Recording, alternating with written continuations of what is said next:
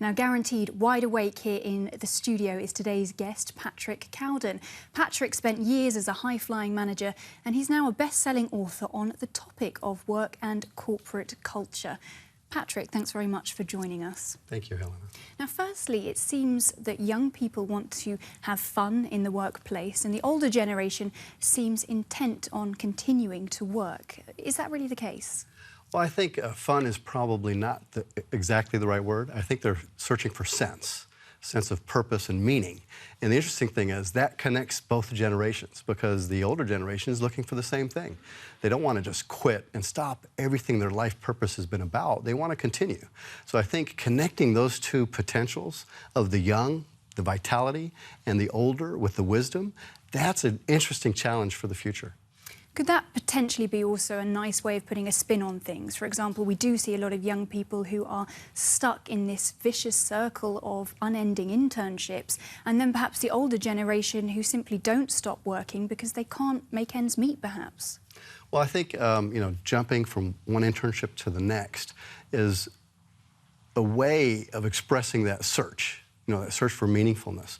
And I think all the generations have had that, but the younger generation is a little bit bolder about sticking to it longer.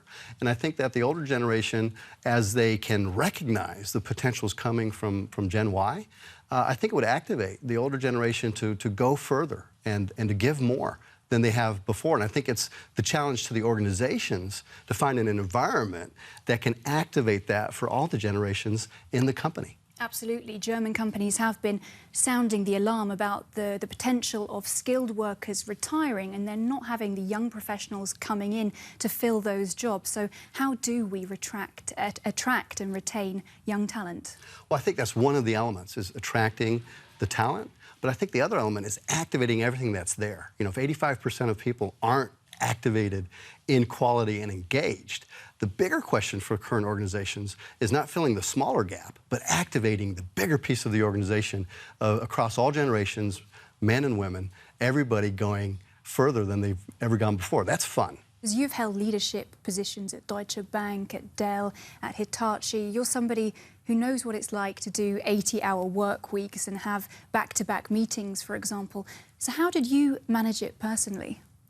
Well, it's always a challenge. And I think over the years, that was 8 years ago at Dell, where it was the worst, you realize that everywhere in the world, all the different places I go, you see that same mechanism. Focus on profit, focus on results, and it comes at a price. We lose connection to the things that are most important to us.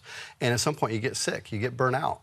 And that's not in the interest of the company. So the organizations need to understand, is there a way to change the environment so that we activate the goodness and not the badness? And how should they do that? What needs to change in corporate culture, do you think? Well, I think understanding the drivers around people and the quality of our teamwork underneath all the cultural layers. Elements like respect and trust and appreciation, they breed a strength and a health that it's not about the hours we do, but the quality of how we do those hours. If we can come home with motivation and engagement and feel really good about the day, that's a quality that's not at the top of the list of most companies today. I think that's the future of where we need to go. Well, let's talk a little bit international then. We know that in Japan that there can be quite a rigid working culture than, say, for example, here in Germany, that France can be hierarchical. Where's a good place to work? Well, I think the workplace of the future crosses all those different boundaries. It's not just Oberbayern, one part of one country.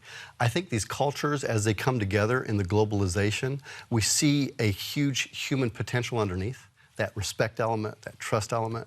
And I think if organizations can connect that together, that's where we want to work. We want to work where this quality of teamwork is at a high level and our engagement goes up every single day. And not the opposite effect that we see out there today, that almost no one really wants to give everything for their team or their company anymore. There's a brighter future that we can strive for. I like that future better.